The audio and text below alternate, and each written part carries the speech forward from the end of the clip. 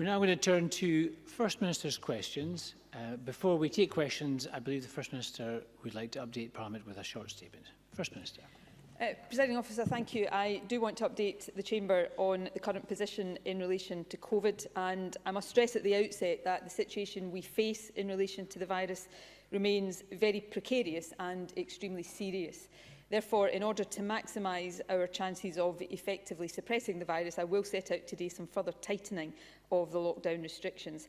Firstly, though, I'll give a brief summary of today's statistics. The total number of positive cases reported yesterday was 1,949. That represents 10.2% of all tests carried out and takes the total number of cases now to 155,372. I can also confirm that as of yesterday, 191,965 people had received their first dose of vaccine. 1,794 people are now in hospital with COVID, which is 77 more than yesterday. And I can tell the Chamber that 1,005 patients were admitted to hospital in the week up to 7th January alone, and that compares to 851 in the last week of December. 134 people are currently in intensive care, which is one more than yesterday. All of these figures, of course, underline the severity of the pressure on the National Health Service and the fact that it is increasing. I'm also very sad to report that in the past 24 hours, a further 79 deaths have been registered of patients who first tested positive in the previous 28 days, and the total number of deaths under that measurement is now 5,102. National Records of Scotland has also just published its weekly update. This includes cases where COVID is a suspected or contributory cause of death, even if it has not been confirmed through a test. Today's update shows that by Sunday, the total number of registered deaths linked to COVID under the wider definition was 7,074. 384 of those deaths were registered last week, and that is 197 more than in the previous week, and it is indeed the highest weekly figure we have recorded since May. Some of the increase last week, of course, may be down to people registering deaths last week that had occurred over the Christmas and New Year period. But even so, this figure is heartbreakingly high, and it reminds us again of the grief that this virus continues to cause. And yet again, I send my condolences to all those who have lost a loved one. Presiding Officer, just a little while ago, the Cabinet Secretary for Health made a detailed statement about our vaccination programme. As I give today's statement, which will inevitably focus on the sacrifices we are asking of people, it is worth highlighting some of the key points that she made. We have already vaccinated more than 80% of care home residents in Scotland and more than half of frontline health and social care workers. The vaccination of those over the age of 80 is underway and gathering speed. First doses for the over 80s will be completed by the start of February, and everyone aged over 70 will have been offered vaccination by mid-February. It is our aim to vaccinate everyone over 65 and also those with extreme clinical vulnerability by the end of February. This means that by the start of March, 1.4 million people will have received at least the first dose of the vaccine. To support this, more than 1,100 vaccination centres are already operational. That number will increase with mass centres opening too as supplies increase. All of this is positive. Vaccination offers us a route back to a more normal life and does give us real hope for the future. But for now, of course, we are in a race against the virus. To win the race, we must complete the vaccination programme as quickly as possible, and that is what we will do. But we must also slow down the virus. Today's numbers demonstrate again why that is so necessary. In early December, we were recording approximately 100 new cases of COVID every week for every 100,000 people. That figure since then has almost trebled. And that's, of course, mainly because the new variant, which is much easier to transmit, is spreading rapidly. The new variant now makes up around 60% of new cases and is making it far more difficult to get the R number back below 1 without severe restrictions. Of course, we now have severe restrictions in place, and while it is still very early days, there are some signs that lockdown may be starting to have an effect. The rapid increase in cases that we saw around the turn of the year appears to have slowed down and begun to stabilise. That is good news, but at this stage, it can give us no room for complacency.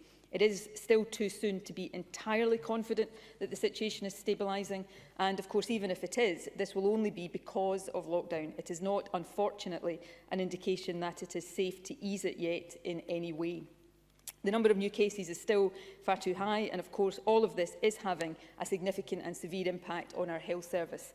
With the number of people being infected every day remaining as high as it is, the pressure on the NHS is likely to increase further and continue for some time. And of course, as I reported a few moments ago, last week saw the highest number of registered deaths from COVID since early May. So we must continue to do everything possible to reduce case numbers. This is essential to relieve the pressure on the NHS, but also to save lives. That is why the Cabinet considered yesterday some further tightening of the lockdown restrictions to ensure that they can be as effective as they need to be in suppressing the virus. There are 6 changes that we intend to make, and the regulations giving effect to these will, subject to Parliament's approval, take effect on Saturday. Now, I am aware that some of these changes will sound technical and relatively minor. However, we believe that both individually and collectively, these additional measures in further reducing the interactions that allow the virus to spread will help our essential efforts to suppress it. And of course, however technical the changes might sound, I know that all of them involve further restrictions on our essential liberties. So I want to give an assurance again that none of these decisions are arrived at lightly. Let me therefore set out now what these changes are.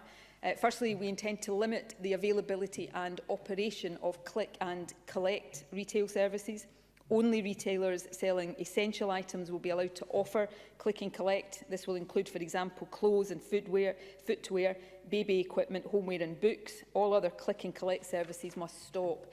More importantly, though, for click and collect services that are allowed, staggered appointments will need to be offered to avoid any potential for queuing, and access inside premises for collection will not be permitted.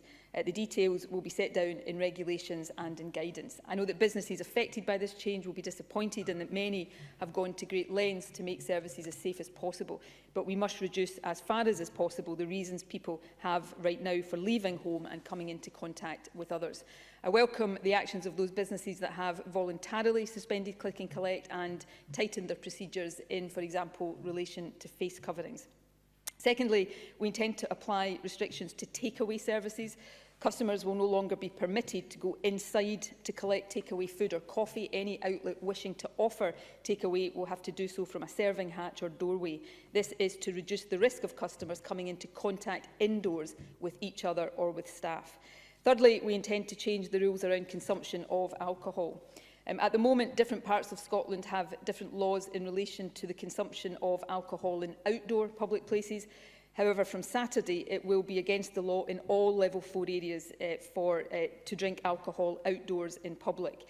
That will mean, for example, that buying a takeaway pint and drinking it outdoors will not be permitted. Again, I know this is not a popular move, but it is intended to underline and support the fact that we should only be leaving home right now for essential purposes. That includes exercise or recreation, but it does not include simple socialising. And when you do leave home, you should only meet one person from another household in a group no bigger than 2 people. I know this is a hard message and it is absolutely not one that I want to be sending, but it is vital to reduce the risk of the virus spreading. Fourthly, and significantly, we intend to strengthen the obligation on employers to allow their staff to work from home whenever possible. The law already says that we should only be leaving home to go to work if it is work that cannot be done from home. This is a legal obligation that falls on individuals. However, we will now introduce statutory guidance to make clear to employers that they must support their workers to work from home wherever possible. For all employers, the basic but vital message is this: if your staff were working from home during the first lockdown last year, they should be working from home now, and you should be facilitating that.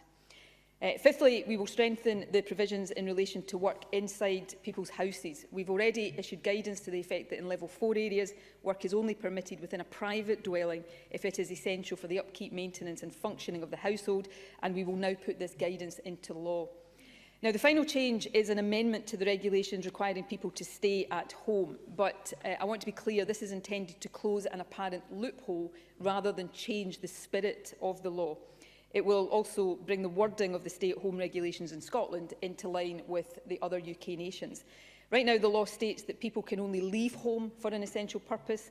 However, having left home for an essential purpose, someone could then stay out of their home to do something that is not essential without breaching the law as it stands. So the amendment will make it clear that people must not leave or remain outside the home unless for an essential purpose. This change will provide legal clarity to facilitate any necessary enforcement. But I want to be clear that it doesn't change the range of essential purposes that currently enable people to leave their house, nor does it, for example, put any time limit on how long you can be outdoors for essential exercise.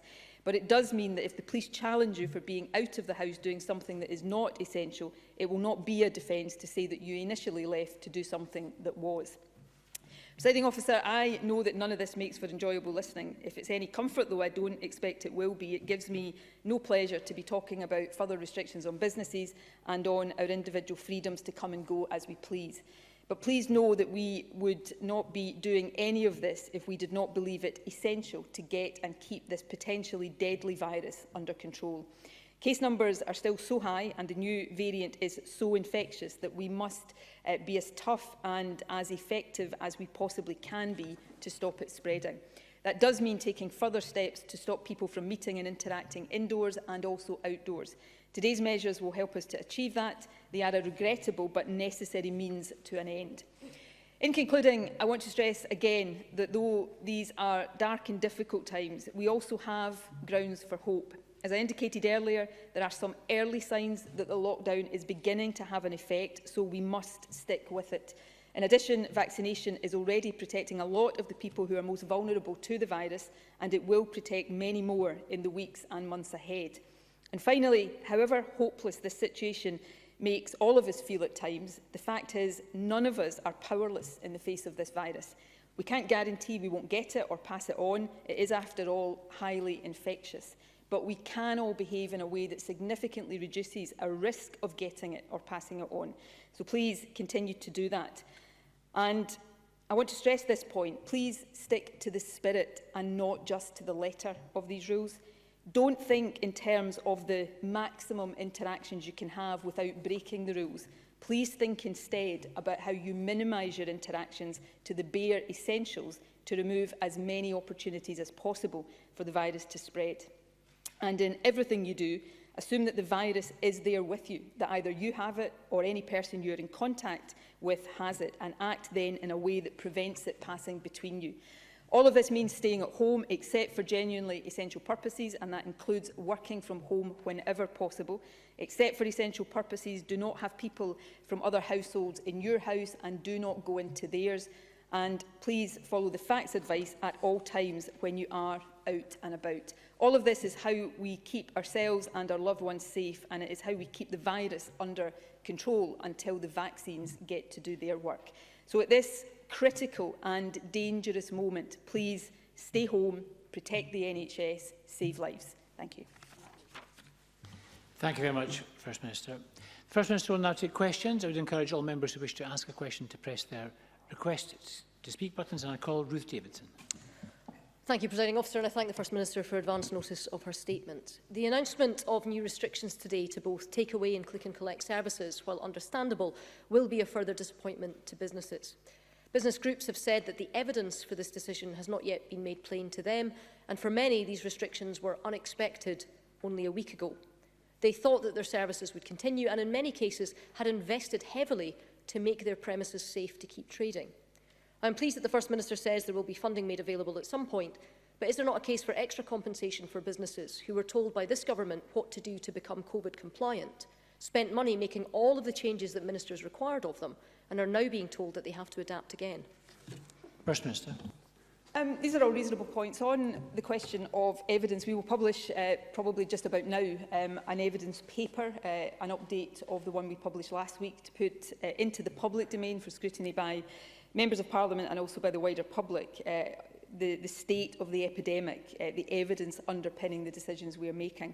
I fully understand the call for businesses in different sectors for specific evidence about transmission in their sectors, and when we were at a stage with community prevalence of the virus lower, that was much more relevant to look with a laser focus at exactly where the virus was spreading. When we have higher community transmission being fuelled by this faster spreading variant, It is much more a case that what the evidence tells us is that overall, in general, we have to minimise all of the interactions between ourselves and each other.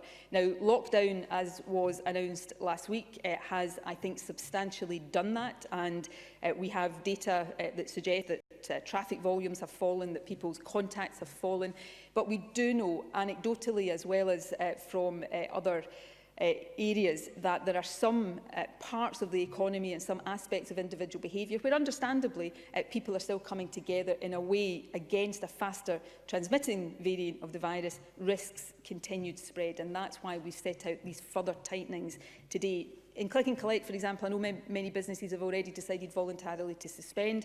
We are not taking away it altogether, but we are putting in place more mitigations and greater restrictions, all for the end of suppressing the virus.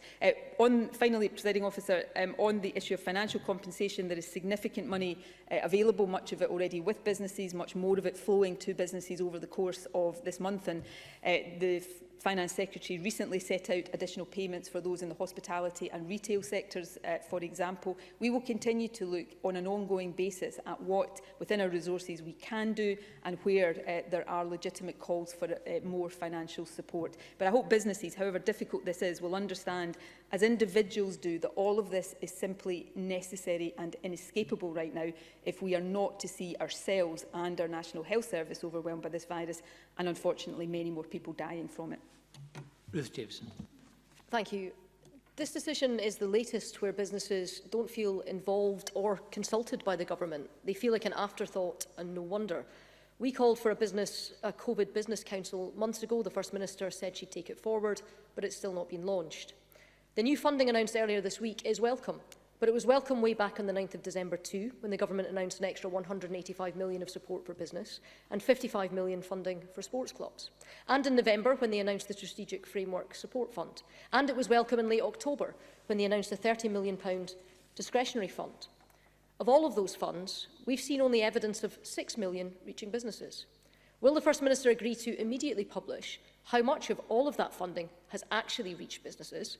And will she tell us just now, has even a tenth of all of that funding been delivered months on? First Minister. We will publish figures as that information comes through. Local authorities are in the main administering this funding, but if you take the £715 million that has been allocated to business support since October, 600 million of that is already live. The vast majority of other funds go live this month. Payments are flowing to businesses, and at the end of this month, the businesses that are eligible for the additional top-up payments will receive those payments, but we will continue to publish figures as we proceed. On consultation with businesses, we discuss with businesses on an ongoing basis, with business organisations, with individual sectors, and I appreciate the desire for as much consultation as possible, and we will try to do that as far as we possibly can. But ultimately, right now, we face decisions that are inescapable. No amount of discussion and consultation takes us away from the sharp point that we have a rapidly spreading virus that, if we don't reduce and minimise interactions, will overwhelm us, overwhelm our National Health Service and lead to the deaths of many more people than would otherwise be the case. So I'm afraid that is the harsh reality of the situation we're in just now. And my duty as First Minister and the duty of the government is not to shy away from these difficult decisions, to take the responsibility for these decisions, to stand up here, to set them out, to set out the reasons for them and the evidence behind them, and yes, do as much as we can, as we will continue to do, to support those affected by them. Ruth Davison. Responsibility not to let viable businesses fall. And here's where we're at. Leaked documents show that only 7 in 30 business funds have launched. The FSB Scotland says that funding is trapped in an administrative logjam. Another fund that's not included in that list of 30 has opened. The Digital Boost Development Grant launched yesterday morning. It was meant to remain open for 6 weeks, but it has already shut within 24 hours because it was inundated and oversubscribed. That is the measure of how desperate things are. Businesses are crying out for funding, but the funds aren't opening and the guidance hasn't been delivered. The First Minister just talked about councils. Well, councils want to get it out the door, but they're hearing nothing from the Scottish Government. If you click onto the Falkirk Council website, they list 16 Scottish Government funds, and then underneath they say, and I will quote it directly, Please do not contact us about these funds, as we do not have any details yet. First Minister, how many funds have even had guidance issued, never mind delivered money into people's pockets? First Minister. All of the funds, 600 million of the 750 million announced most recently, is already live. The other amount of that, which has been announced more recently, will be going live over the course of the next period. I haven't seen the leaked documents that Ruth Davis refers to. I'm happy to have a look at them and see whether they are up to date or whether they are perhaps out of date. But since October, we've allocated £750 million to business support. That includes support of up to £3,000 every 4 weeks through the Strategic Framework Business Fund. There is additional bespoke funding for sectors like tourism and culture, which have been hit particularly hard, and groups such as self-employed, newly self-employed and taxi drivers.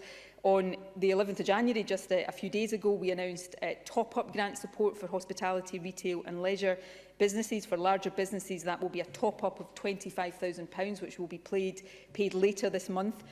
Compared to £9,000 in England, for example, smaller businesses will receive a smaller amount. And of course, just yesterday, we announced additional funding for our island communities so that they can help businesses that are in level 3 areas as opposed to level 4. I've had discussions with the Finance Secretary about how we do support councils to get the money out of the door more quickly and into the pockets of businesses more quickly. The Digital Boost Fund that has been mentioned already, it has very quickly been oversubscribed. So one of the discussions I was just having before I left the office to come here, and will continue and complete when I get back to the office after this, is about how we put additional funding into that in order to meet more of the demand for it. So this is an ongoing process, Presiding Officer, which we will continue to give the priority it merits.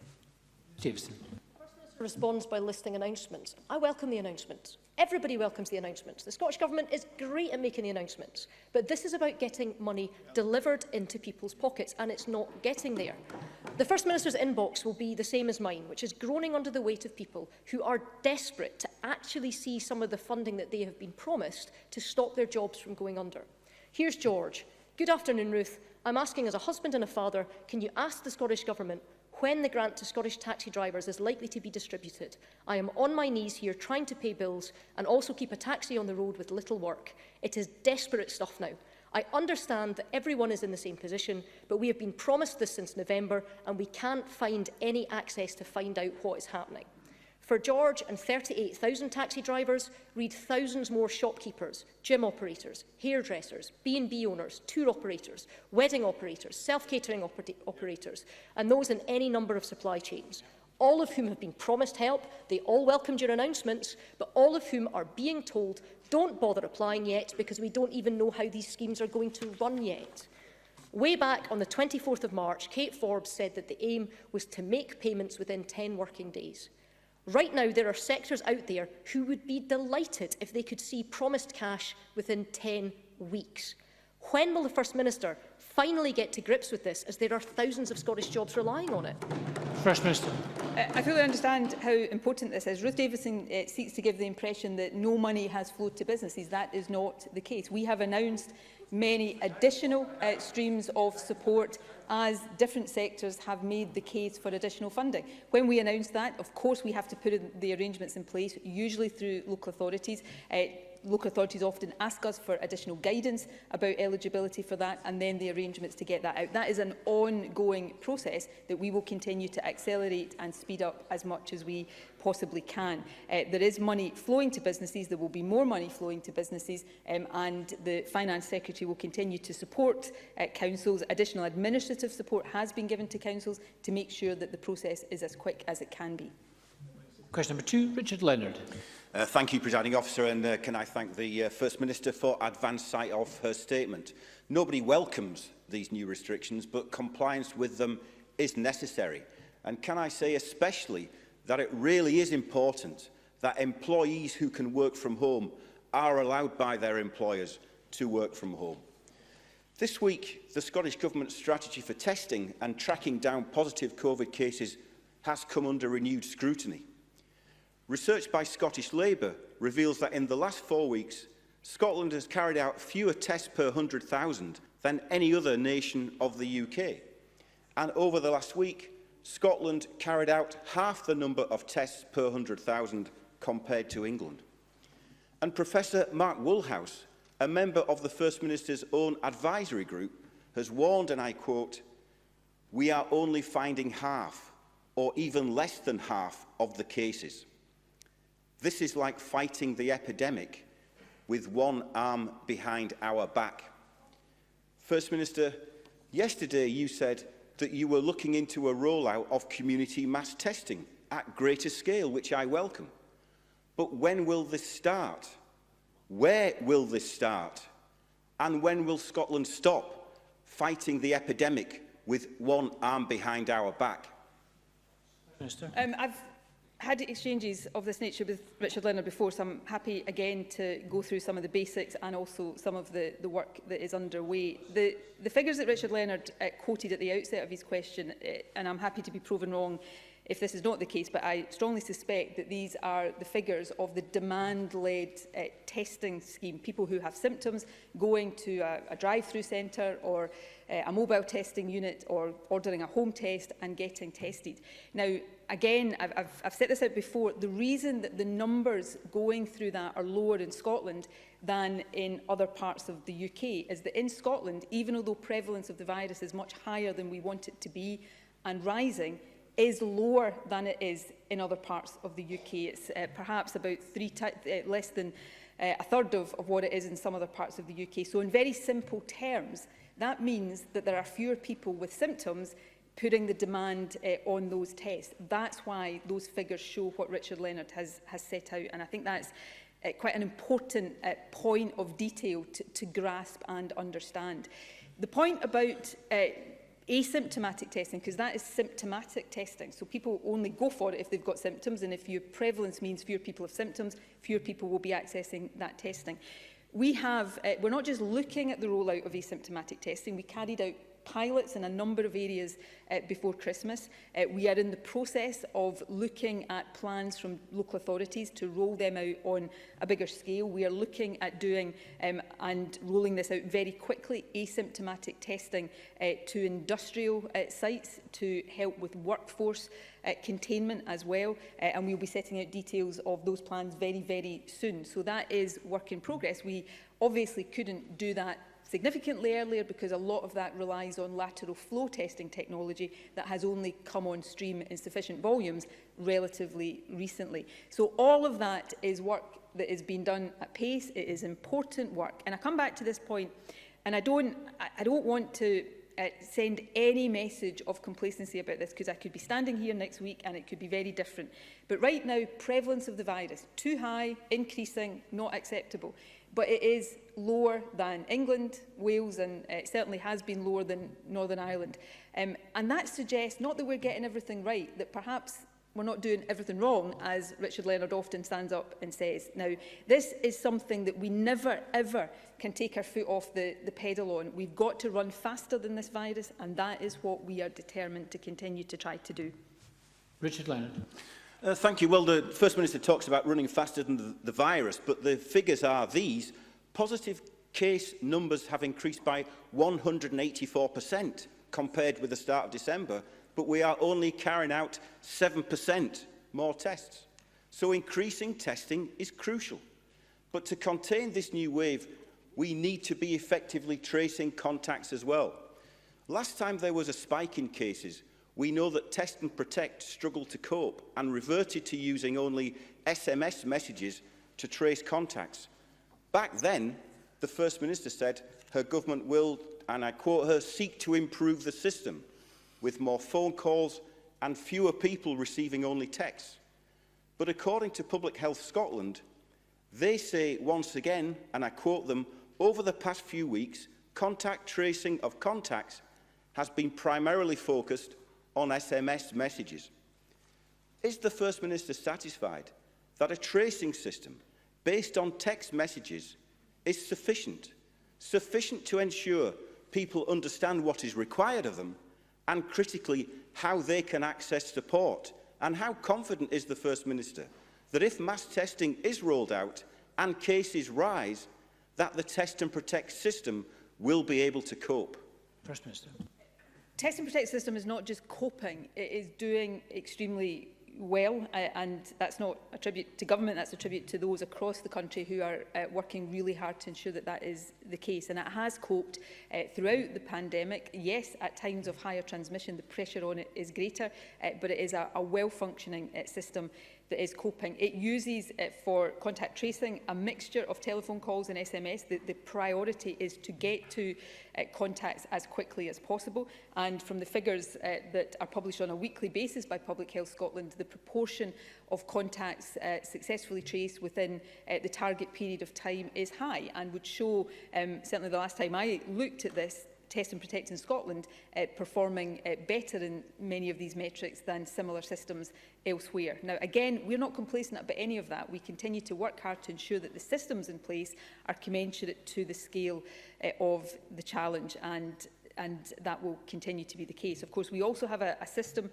whereby local authorities do outreach calls to people, particularly those in vulnerable low-income groups who have been asked to self-isolate, to make sure that they understand what is required of them and that they are accessing any support that they need. So this is a system with many different layers to it. We continue to look at how we can strengthen and enhance all of these systems, but I think it is to the great credit of those working in our Test and Protect system that it continues to operate as well as it does. Richard Leonard. Thanks, Presiding Officer. Well, the First Minister talks about people accessing support, but we know that less than a third of applications for self-isolation support grants are approved. This is money that the government assured the people of Scotland was there to help them in their hour of need.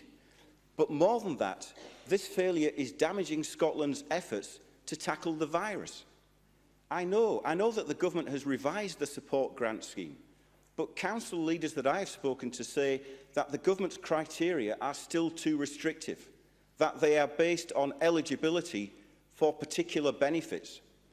As a start, the council leaders suggest widening it out to include those eligible for council tax reductions too.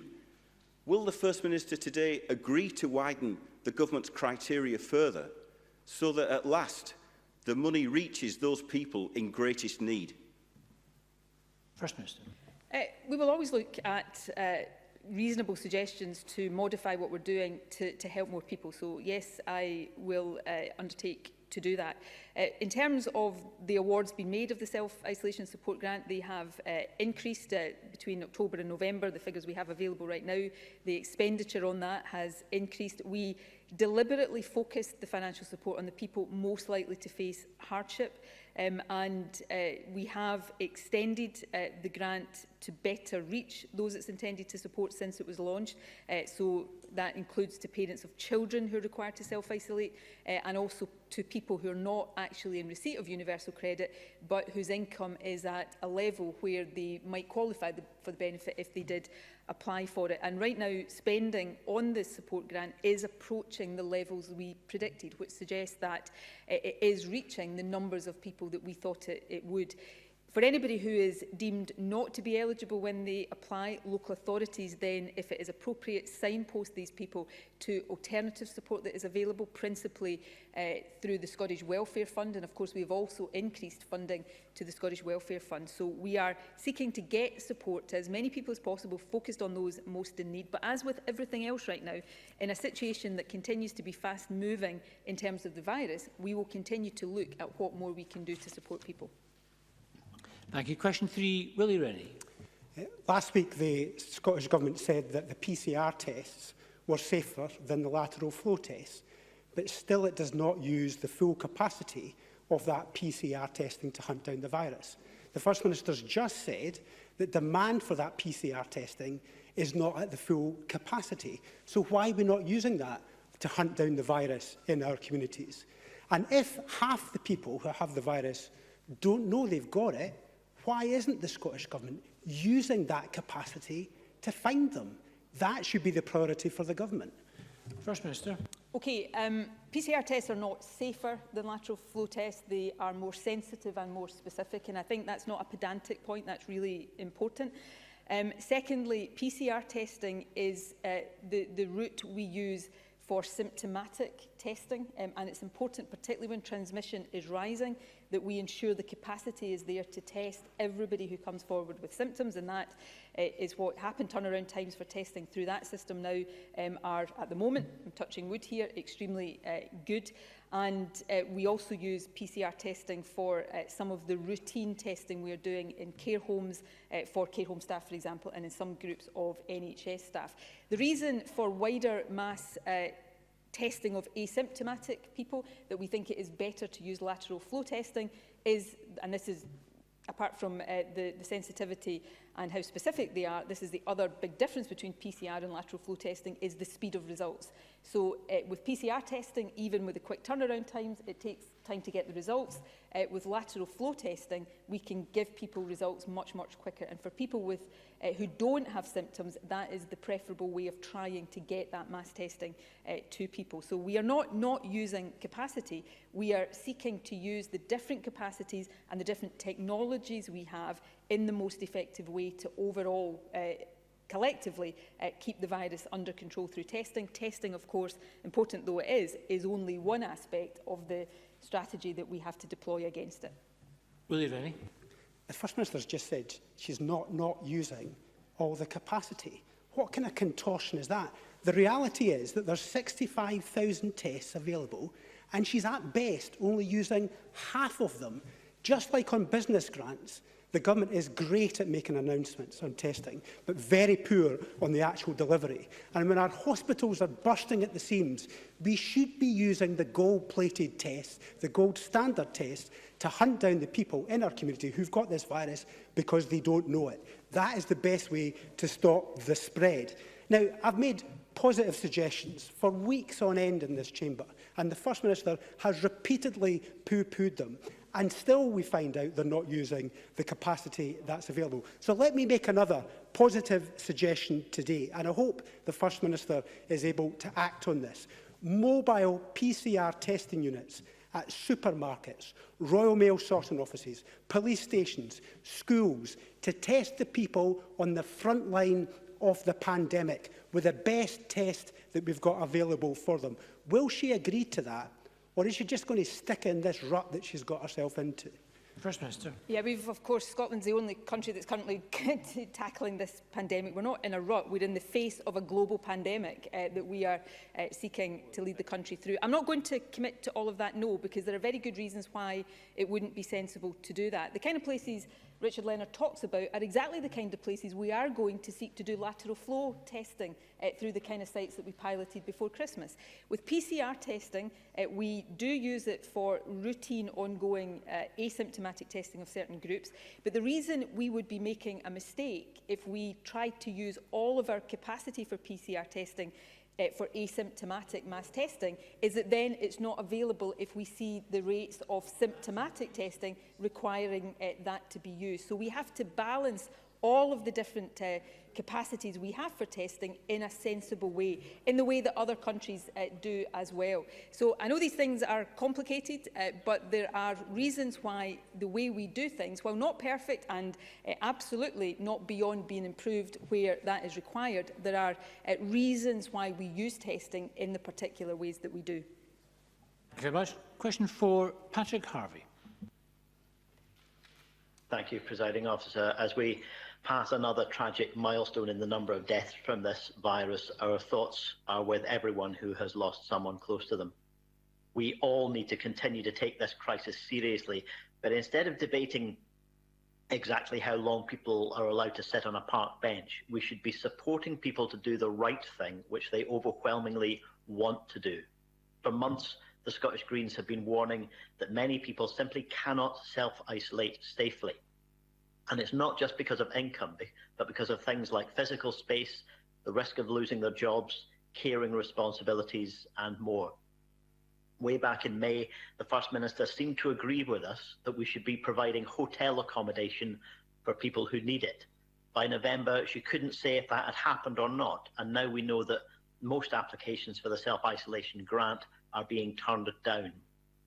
Isn't it clear that both the Scottish and UK governments need to take a far more proactive approach to supporting people to self-isolate, as the Greens have proposed and as other countries have already done, if we want this critically important part of our COVID response to be effective. First Minister. I think these points are important. I've already covered some of them in response to Richard Leonard. We have eligibility criteria for the support grant. We have already extended those. We will look at extending those further.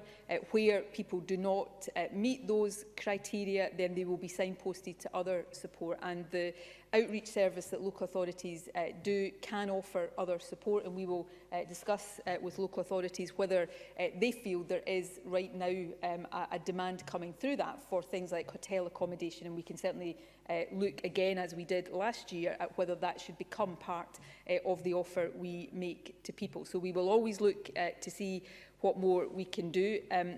While it is really difficult for people in any circumstances to be asked to self-isolate, there certainly is not a suggestion that routinely people are not doing that. People, I think Patrick Harvey is right, are doing the right things. And while that is important, so too is giving people the advice about what they can and can't do through lockdown. I don't think it is right to dismiss that. Certainly my inbox heaves on a daily basis with people wanting that very practical advice. So we've got to support people in all of these different ways, and that's what we'll continue to do. Patrick Harvey. I'm afraid I do still find it frustrating that we're being told this issue will be looked at again. I've lost count of the number of public health experts who've been raising this for months now, as we have, and saying that it needs to be much more proactive. And if we expect cases to remain high and continue to rise with the new variant, this needs to be in place already. The First Minister will also be aware of the pressure on students. They've been told that they shouldn't return to colleges and universities yet, and thanks to Green amendments to the Coronavirus Act, they have the legal right to cancel unneeded tenancies. But many private housing providers are putting barriers in the way of cancellation or forcing students to pay rent for accommodation they can't use. So does the First Minister agree that students being told not to return to campus should be entitled to a rent waiver for January and February? And what action is the government taking to ensure that landlords respect their right to freely terminate their lease if that's what they decide they need to do? First Minister. Well, let me conclude on self-isolation before going on to the issues of students. When I say we look at things again, we look at these things on an ongoing basis. We have already made changes to the provision of support for people self-isolating. We will never get to a stage in this pandemic where we say we have done enough and we will not look at doing more. So that is an ongoing commitment that I think it is important to make.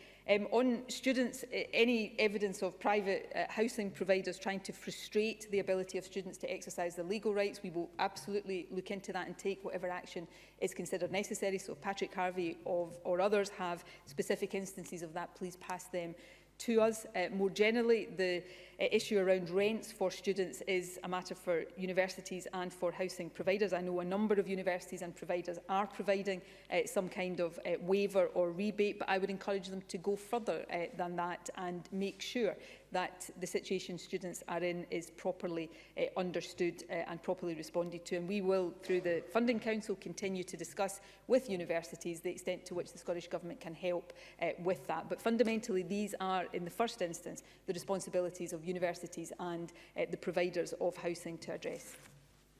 Thank you. Question number 5, Shona Robertson. Thank you. To ask the First Minister what the current guidelines are regarding care home visiting. First Minister. Well, in view of the move to enhanced Level 4 measures, it has been recommended that visiting in adult care homes is restricted to essential and outdoor garden and window visits. I know how distressing this is for friends and family of people in care homes, given that before we moved into this situation, again, progress was being made on visiting, but the concerns around the spread of the virus are significant. I hope that with the progress we are making in vaccinating care home residents and staff, we will soon be able to support more indoor visiting. In the meantime, essential and outdoor visiting should continue, and it's vital that care homes support essential visiting to ensure that families are able to visit those who are in distress, who have a change in their well-being, and of course to visit those who are approaching the end of their lives. Shona Robertson. Can I thank the First Minister for that answer and agree that today's vaccination update does give us all hope there's light at the end of the tunnel. With regard to the current guidelines, can the First Minister provide further information on how those end-of-life exemption decisions are approached, reached and communicated to families, as I've had constituents who have been notified far too late and have tragically been unable to see loved ones before losing them? And will she consider reviewing the guidance around these decisions in the light of such cases? First Minister. Yes, if it is thought that reviewing the guidance would help reach appropriate decisions in these cases, of course we will consider doing that. Can I say first of all, I'm very sorry to hear about your constituents' loss and the loss of anybody across the country in these circumstances. We do expect care homes, and I know care homes are working hard on this, to take necessary steps and be flexible in supporting families to visit loved ones near the end of life wherever possible. Essential visits include circumstances where it's clear that the person's health is changing for the worse, where visiting may help with communication difficulties or to ease significant personal stress, and that includes approaching end of life. Now, in terms of how these decisions are made, we would hope that care homes and expect that care homes make these decisions in close and regular contact with families, and I think that is particularly important where it is an end of life situation. But we will, of course, continue to reflect on how and to what extent we can make this an easier or a less horrendously difficult process by providing amended guidance. Question 6, Rachel Hamilton. To ask the First Minister whether she will provide an update on the rollout of vitamin D supplements for people who are eligible. First Minister. This week, Food Standards Scotland launched a new campaign to encourage people to take vitamin D supplements to maintain bone and muscle health, and that builds on a recent social media campaign and other work by the Government, Food Standards Scotland and Public Health Scotland to raise awareness of the importance of vitamin D. And of course that includes the offer we made at the end of last year to everyone on the shielding list of a free 4-month supply of daily vitamin D supplements to support their health and well-being over the winter month. Over 71,000 people who opted in received this in early December last year. Supplies were sent out in late November, and I understand that this is now complete. The offer included residents in care homes and those in prisons who will receive their supply through individualised discussions and prescriptions where that is of benefit. Rachel Hamilton. I thank the First Minister for that answer. Presiding Officer, vitamin D deficiency is a national issue in Scotland, and we know that 75% of COVID deaths were in the 75+ age category, and the vitamin D deficiency is higher in this group of people. And lockdown has restricted exposure to daylight, and not all people have access to good food sources, and there is a distinct need to improve immune health in these vulnerable groups.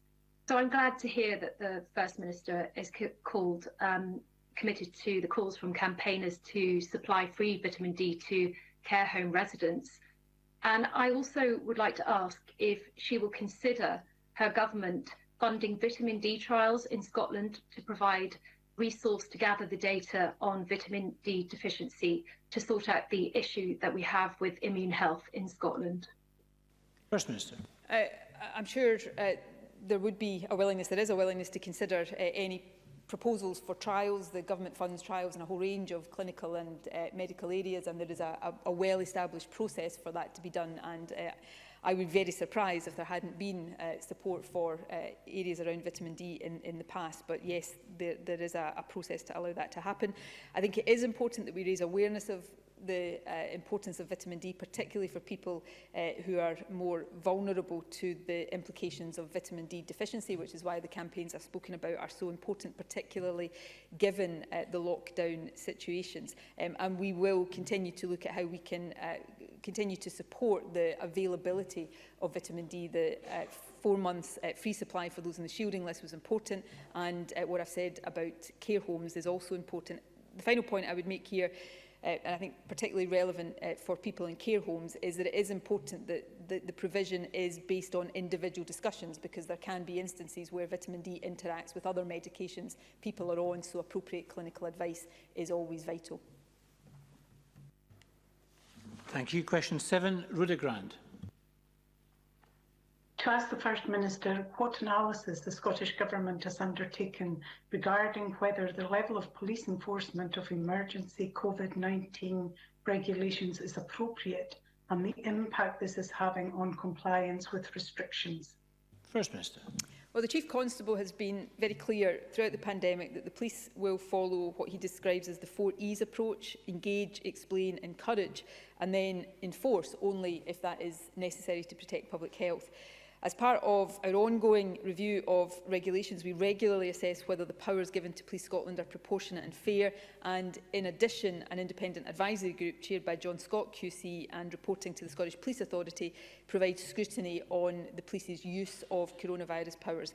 We know that most people and organisations are complying with measures. Polling data throughout the pandemic has also shown high levels of understanding and support for the restrictions, with high levels of self-reported compliance, and a high proportion of the public also report believing that the police are doing a good job. But we continue to review and monitor all of these things very closely.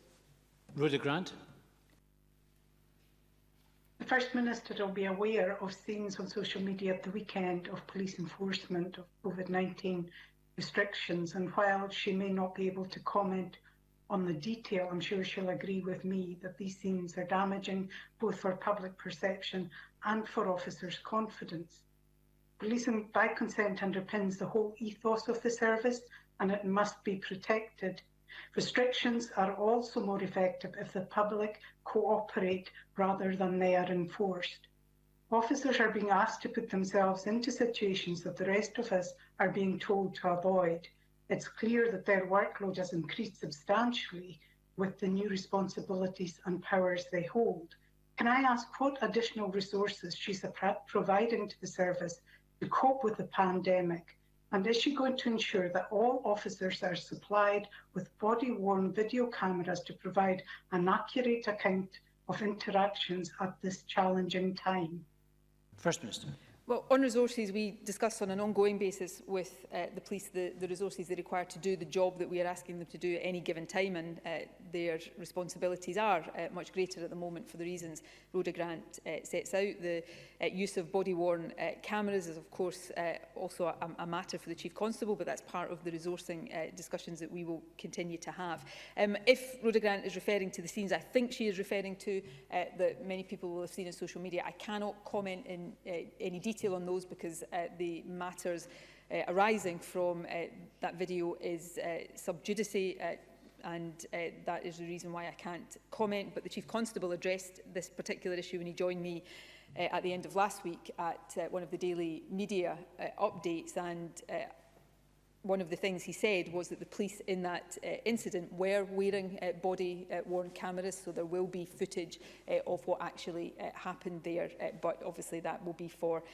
use in any investigations. The other thing the Chief Constable said, which I want to reiterate and underline, is that I think all of us right now, and indeed at any time, but particularly right now, should just exercise a degree of caution in drawing firm conclusions from snippets of incidents that we see shared on social media. Often what we see will not necessarily be representative of the reality of the situation. Now, that's not a specific comment about this case, but it is a more general comment that may or may not apply there. But in terms of the police more generally, let me take the opportunity to thank them and the support staff for the work that they're doing, and give an assurance that we will continue to work with the Chief Constable and the Police Authority to support them in whatever ways we can. Thank you. We'll move now to open supplementaries. Bob Doris to be followed by Brian Whittle. Bob Doris.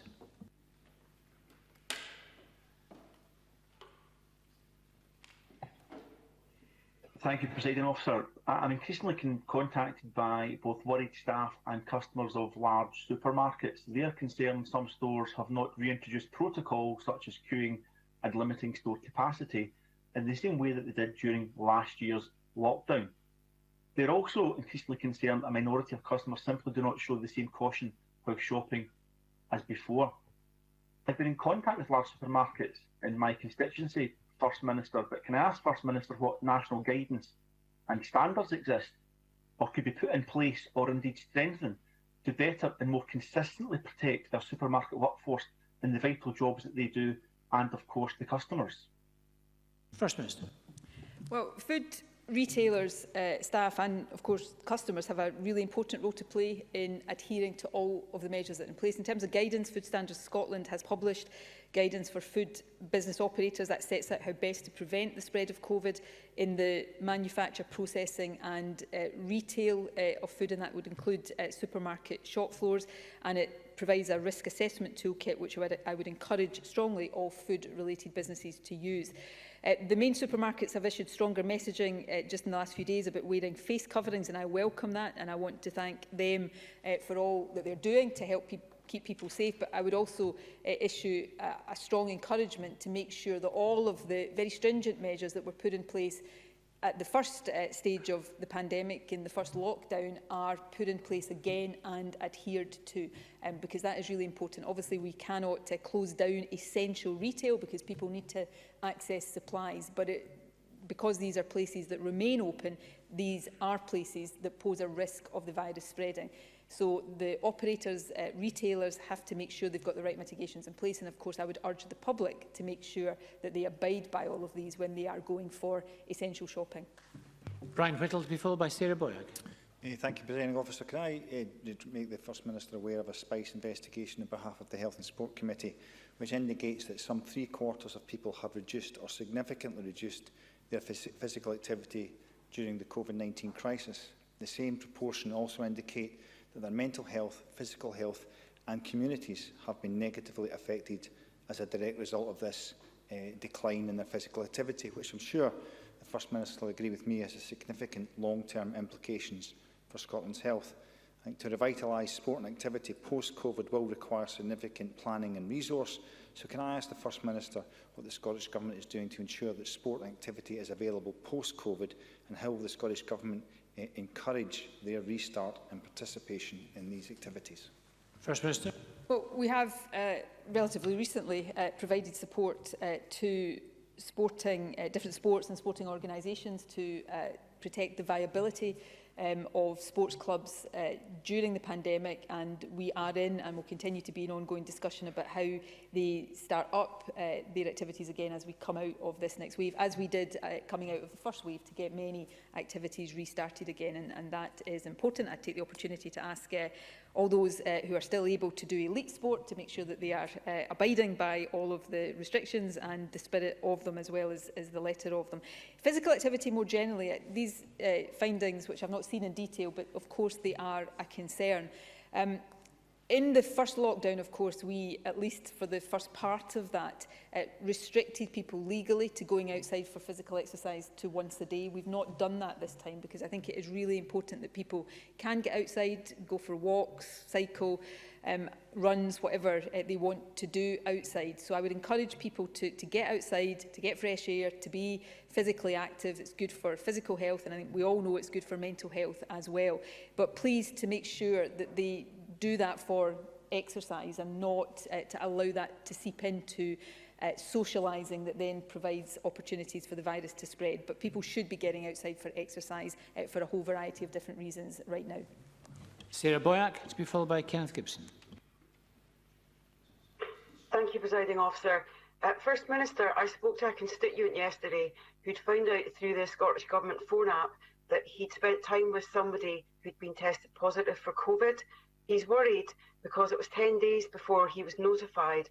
So what can be done to make the system more effective, given the perilous situation we're in? Is it the data entry, or is it the system not working effectively? First Minister. I'm not sure I'm going to be able to cast any light on this right now. I'd be very, not just happy, I'd be very keen to look into the circumstances of that. The app, of course, is anonymous. It doesn't tell you who it is you've been in contact with or anything. So I'm not immediately clear how it would have been obvious that it was 10 days, but I probably shouldn't try to answer it without knowing and understanding much more of the details. So if Sarah Boyack can pass the particulars to me or to the Health Secretary, we will look into that and come back to her as soon as possible. Thank you. Kenneth Gibson to be followed by Edward Mountain. Thank you, Presiding Officer. Due to a combination of increased COVID-19 infections, 150 staff self-isolating and a rise in admissions due to winter pressures, hospitals in Ayrshire have been stretched to beyond capacity and, as of last night, NHS Ayrshire Nairn has had to suspend elective surgery. First Minister, will the Scottish Government work with NHS Ayrshire Nairn as a matter of urgency to offer both practical and financial assistance to help alleviate this immediate pressure to protect and support both patients and NHS staff? First Minister. Yes, we will work closely with all health boards, including Ayrshire Nairn, to ensure that we are supporting them through what is the most challenging times that the health service has faced probably in our lifetimes. We are in daily contact with health boards, including Ayrshire Nairn.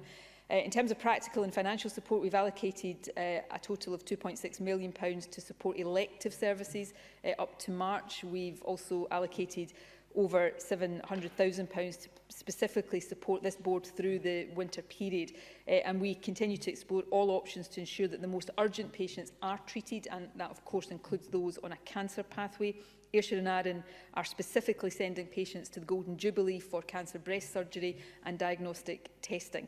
We will continue to support all boards to respond to these challenges as well as they can. But can I just finally say we can all support the NHS to cope by staying at home and suppressing this virus. So every single one of us have a part to play in protecting the NHS right now. Edward Mountain to be followed by Neil Findlay.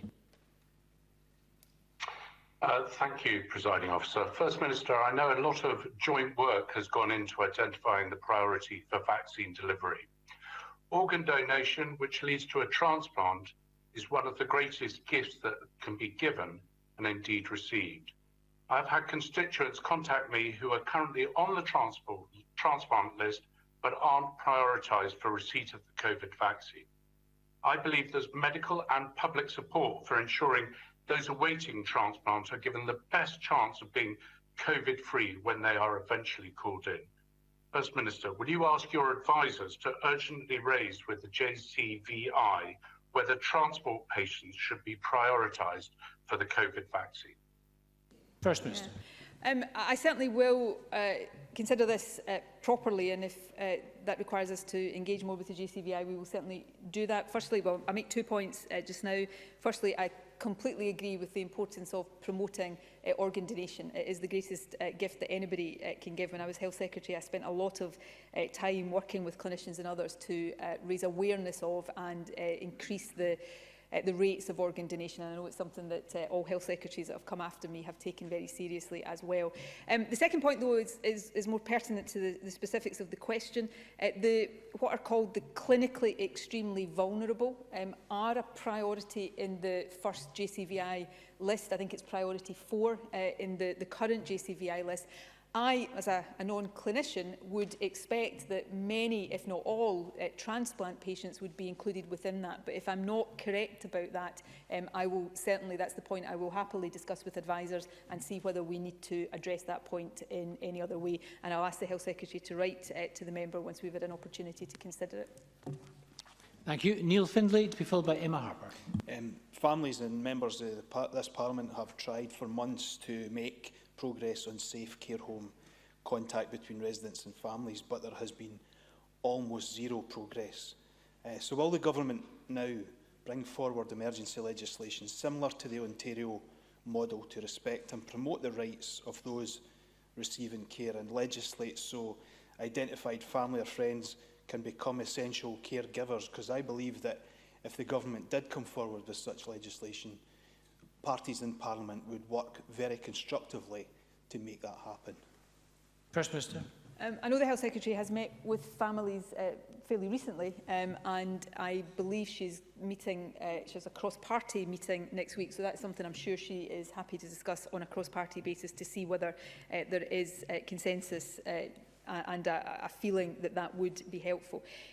Progress was being made in reintroducing safe visiting before we got into the second wave requiring these additional restrictions. It is really regrettable that that has had to go back the way, and I made some comments about that earlier on. But given the risk, particularly with the new variant that is posed just now, it is really important that we prioritise the safety as far as we can of people within care homes. It's also why The residents of care homes have been the top priority for vaccination, and 80% of them already have had their first dose of the vaccine, and hopefully over the next period that will also play a part in allowing us to get back to safe indoor visiting. But legislative options, of course, we're happy to consider, and I'll ask the Health Secretary to ensure that Presiding Officer, I'm trying to address a really serious issue very seriously, and it's not helpful to be shouted at across the chamber.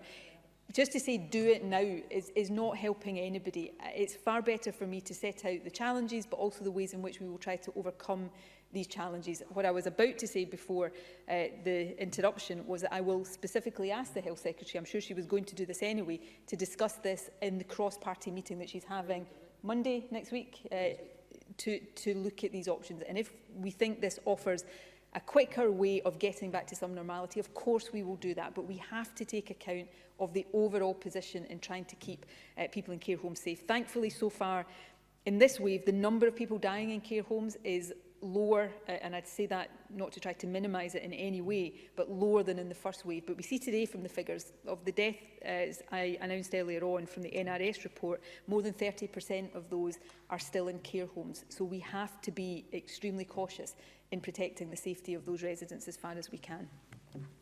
Thank you. Emma Harper, to be followed by Oliver Mundell. Emma Harper. Thank you, Presiding Officer. Scottish seafood exporters are suffering a catastrophic collapse in their export businesses because of border chaos caused by Brexit.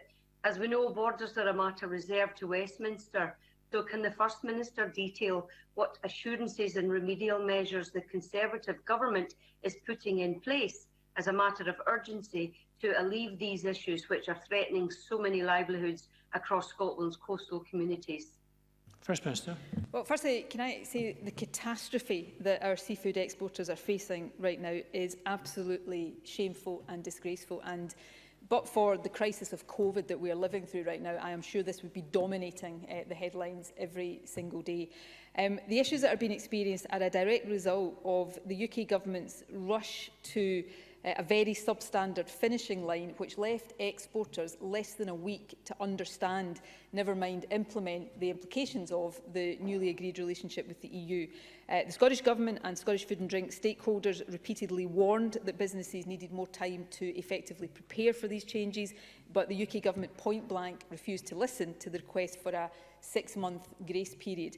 We're pressing the UK Government to fix this mess. It's a mess entirely of their making. So far, there is no sense of urgency or any suggestion at all that they are prepared to do that. The Rural Economy Secretary has also called for businesses to be compensated for their losses. The UK Government just appears to be telling businesses to get on with it or face the threat of fines. That is unconscionable and it is unacceptable. We will do everything we can to support our exporters, but the position they are in right now is one they should never, ever have been allowed to be put into. Oliver Mundell, to be followed by Jackie Bailey.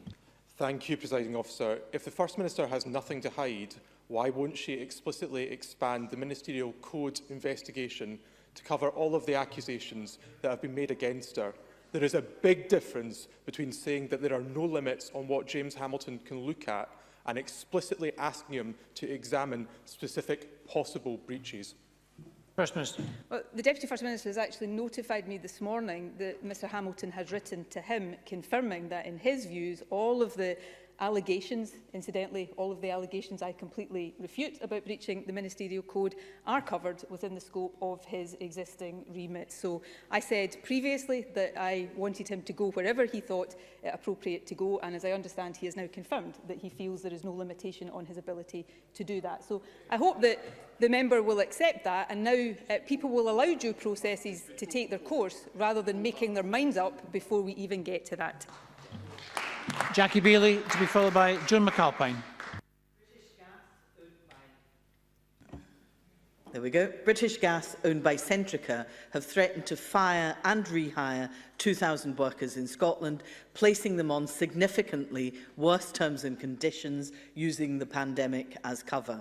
Many of those workers have been on strike for the past week. They described the changes as having a serious impact on family life and being akin to zero-hour contracts.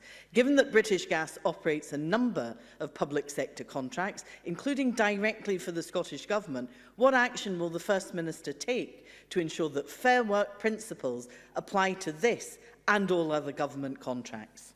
First Minister. Of course, if employment powers rested with this Parliament rather than with Westminster, and if the Labour Party supported that, we'd be in a position perhaps to take tougher action here. Contractual routes are not the way to resolve this. Having control over powers in employment law is the way to do it. I support the workers in this regard. I think they are being treated appallingly, and I would call on British Gas to get round the table with them and come to a fair outcome as quickly as possible. Thank you. Joe McAlpine, to be followed by Mike Rumbles. Thank you very much. The click and collect measures announced by the First Minister today are difficult but necessary.